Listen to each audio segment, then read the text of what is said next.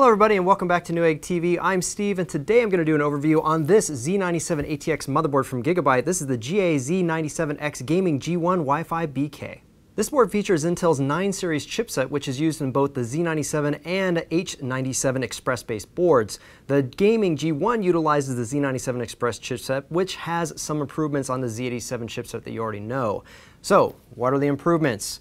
Well, first and foremost, this chipset supports LGA 1150 CPUs, including the new Haswell Refresh, aka Devil's Canyon CPUs, current 4th generation core processors, aka Haswell, and 5th generation core processor ready. The Z97 chipset also offers native support for PCI Express M.2 storage. This particular board, however, doesn't have M.2 storage or that M.2 connector involved on the board itself, but there's more reasoning for that. More or less, they want to protect these SLI connections for the PCI Express lane, so they don't want to cut into your ability to go 4-way SLI if you wanted to, or 4-way Crossfire. That being said, though, Gigabyte has implemented a brand new SATA Express connector, which would allow you to connect a SATA Express PCIe SSD or standard SATA drive. But more about that in just a moment. The point is that the special port harnesses the available bandwidth from 2 PCIe Gen 2 lanes, giving 1 gigabyte per second maximum theoretical throughput for future SATA Express drives. And remember, everybody, at the time of this video, although there are other makeshift storage solutions with SATA Express connectors, there are no officially certified SATA Express drives out there right now. So I want to take you down a brief look at the front of this particular box and also the back, but essentially this is their ultra-durable black edition, the Z97X-Gaming G1 WIFI-BK. Basically, they're running it through a 168-hour server-level durability test, I should say, and trying to make sure that you have the most durable board you possibly can from Gigabyte. They're even using Durablack solid capacitors with longer lifespans rated for 10,000 operating hours at 105 degrees Celsius. But let me go ahead and flip this around to the back. Give you guys a closer look at some of the interesting features that they're providing for you guys. So G1 Performance, they were giving you 4-way graphics support, precise digital CPU power design, SATA Express support, we'll talk about that a little bit more in just a moment, for up to 10 gigabit per second data transfers. Longer lifespan, durable black solid caps, as I mentioned before. Of course, their App Center, including Easy Tune and Cloud Station. But their audio, they're using the Creative Soundcore 3D with gold-plated shielding, a swappable op amp from Texas Instruments, and dedicated audio hardware zone, a noise guard with the trace lighting, and Nichicon high-end audio capacitors. And if I just show you a couple more things, it's basically the G1 networking, which is something you can see right here. It is Bluetooth 4.0 and 867 megabit per second 11 AC dual band Wi-Fi card, giving you the Wi-Fi access that you may or may not want, but it is there. They've also offered in something new here, the DAC up. It's a USB 2.0 port, but it's something that you can actually set in BIOS or UEFI to remove the power source coming out of there to kind of give this source for your DAC. If you're an audiophile and you're into using DACs, you can essentially hook them up to here and have literally no way of getting any kind of interference going through there from power. Also, they've gold-plated pretty much every connector on the back that has to do with audio or video. Then, of course, they're using 2 different Gigabit Ethernet chips, one from Intel, one from Killer, and we'll get into that a little bit more in just a moment, guys. I'm going to look at a couple more things on the back up towards the top of this graphic here. It's probably difficult to see. They are also using the heat sinks that double as water as well as air-cooled with G1/4 threaded fittings. Also, they're using the 15 micron gold-plated CPU socket. I believe it's 2 ounces of copper on the PCB. I'm actually not seeing here to double check that with myself, so I'm just assuming that much. 7 fan connectors, and let's see, I think that's everything I want to mention on the back of the box. So let's go ahead and open it up and take a closer look. All right, guys, so let's get started on everything that comes inside the box. First off, they're providing for you a nice little certificate of unmatched stability and reliability, proving that you have a laminated sticker that they have done their 168-hour tests, and validating that this particular board is really, really, really durable, ultra durable, as they would say. We also get 2 very small badges that you can put stickers on the front of your case, Black Edition and Ultra Durable from Gigabyte. And then we also have a very small installation guide. It's got some pictures inside with color about how you would install the different devices on this particular motherboard that it comes with, which we'll get into in just a moment. Of course, we have the user's manual and a multilingual installation guidebook as well. Then we have some software. Of course, you're going to want to go directly to Intel's and the likes websites in order to get the specific, most up-to-date drivers as opposed to using these CDs to do that. So we do have one for the 11AC series, the NIC that they actually provide for it. I'll get into that in just a moment, as well as the Intel 9 Gaming Series utilities, which include several drivers, RAID, and it looks like some Norton software, Norton Internet Security, Adobe Acrobat Reader, and Gigabyte App Center. So that all comes on board. The rear I/O shield, it's actually got sort of a blackened chrome reflector look to it. It's actually very nice, and it's cushioned as well, so it's got a little bit of support for the motherboard.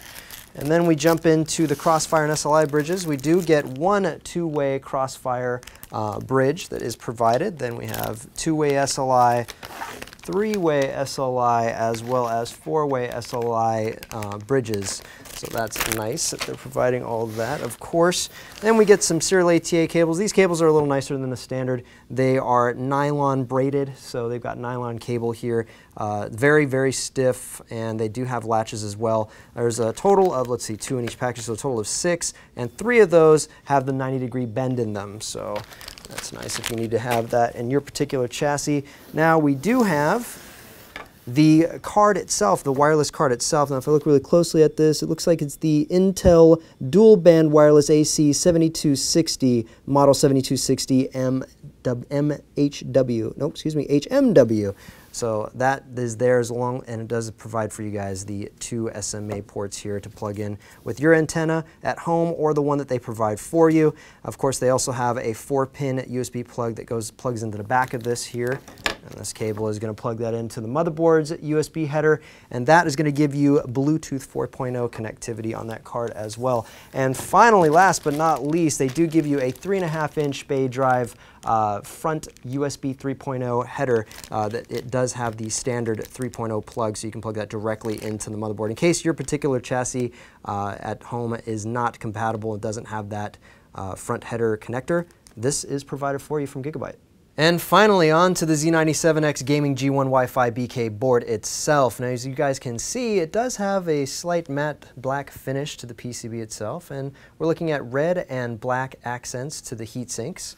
And if I flip around to the back, you can actually get a better look at the PCB itself and that matte black finish. See all the traces back there and everything as well. Aside from that, actually, I wanted to show you some of the screws on the back here because those heat sinks are removable. These are Phillips head screws, standard, so you can just remove them very, very easily and provide your own heat sinks if you would like to do so. Now, what I like to do is show you guys, or at least start on the very bottom right end of the board, and then we can get started on all the little goodies that's on this board. First and foremost, we do have the front panel header, and that's going to provide all the connectivity to your chassis and making sure that you can turn it on and off without actually having to open up the door and do it yourself.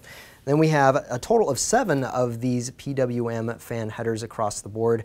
These are the first 2, as well as 2 switches here. Now, if I lift them up slightly, I could probably read. And the first one here is the BIOS switch, allowing me to switch back and forth between BIOS 1 and BIOS 2. The one next to that is single BIOS switch, allowing me to change it between multiple BIOS modes, as well as a single BIOS mode. Then it looks like we have 2 USB headers, actually a total of 3 USB 2.0 headers. Then next to that, we have 2 more PWM fan headers. And all the way on the left, we have the front panel audio header, allowing you to plug in that front panel header to the front of your case and get connectivity to this sound chip. I almost said this on a sound card. So the Soundcore 3D chip itself, and if I turned it sideways, you might be able to see it probably slightly better, guys.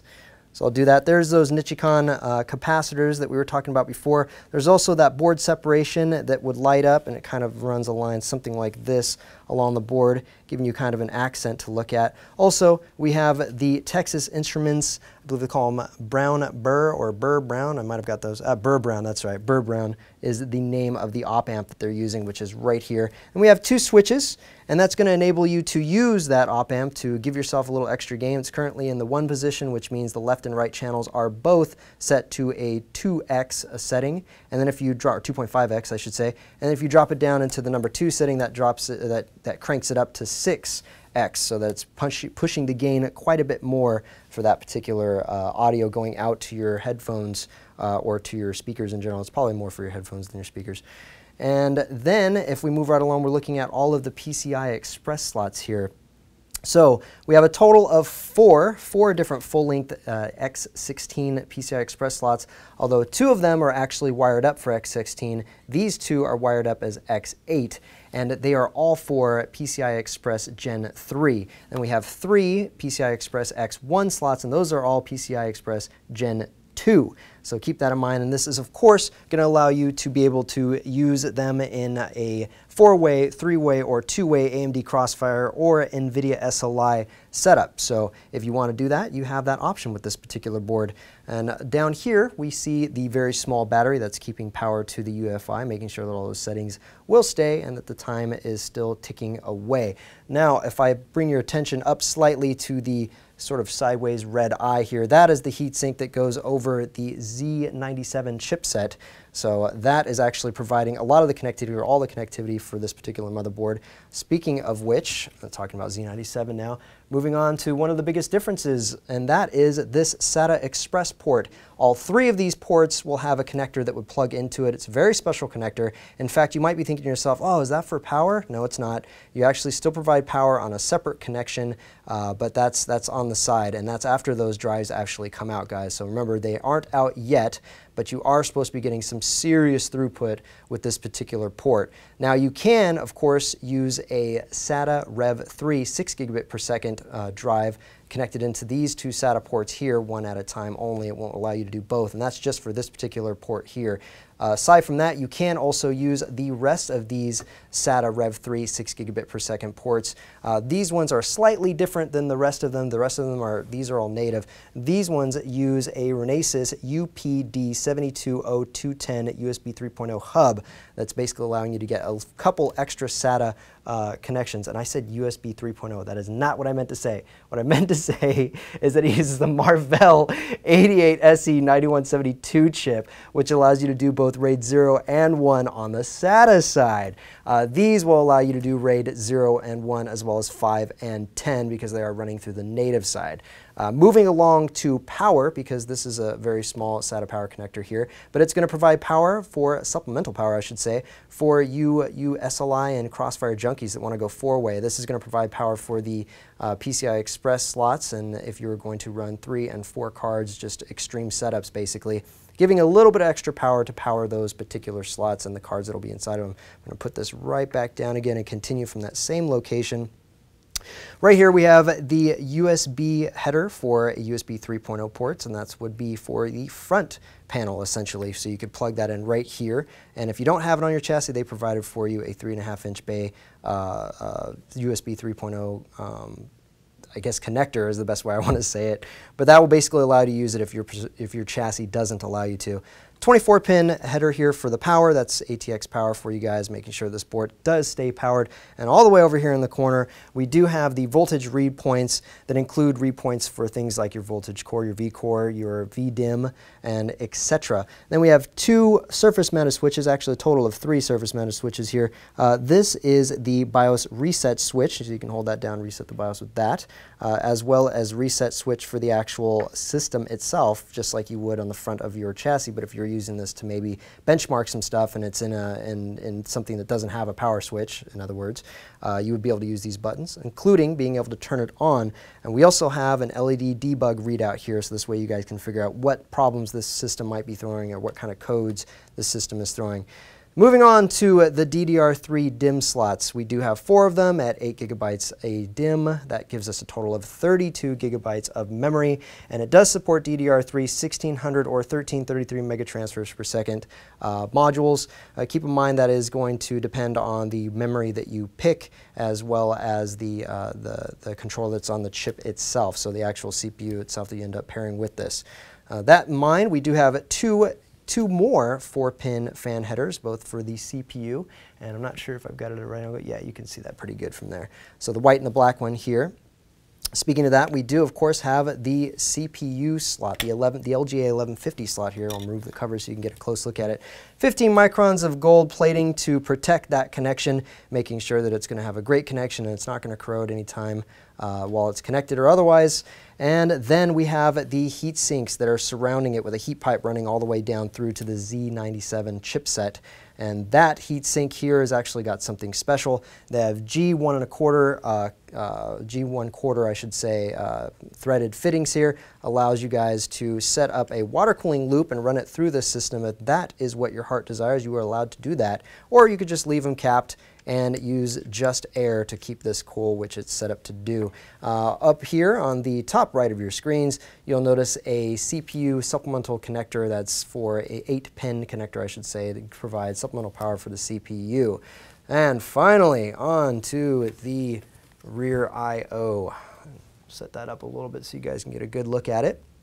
You might notice some weird things about this I/O. First off, why are these two USB 2.0 ports yellow? Your eyes are not fooling you guys. That's actually what they wanted to do. Foxconn, I guess they got Foxconn to give them yellow ones on this.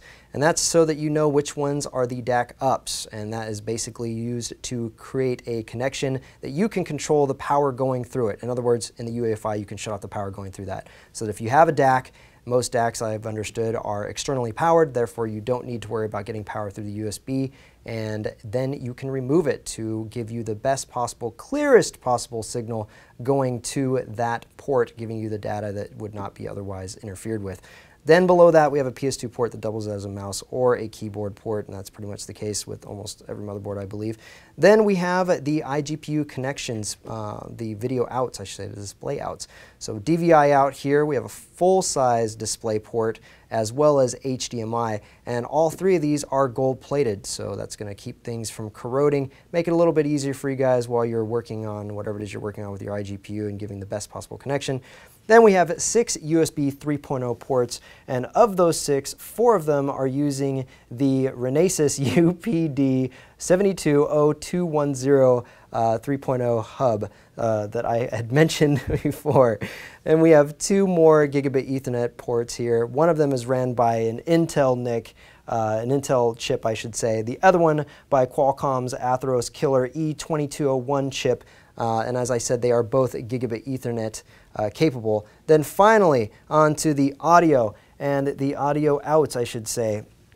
You are gold-plated here to, once again, protect yourself from any kind of corrosion over time and give you the best possible connection. And we also have a Toslink out as well. All right, everybody, that is going to wrap up this overview of the GA-Z97X-Gaming G1 WIFI-BK motherboard from Gigabyte. And if you liked what you saw today, don't forget to click the like button. And if you haven't already done so, click subscribe to any of our various YouTube channels. And we will see you guys very soon.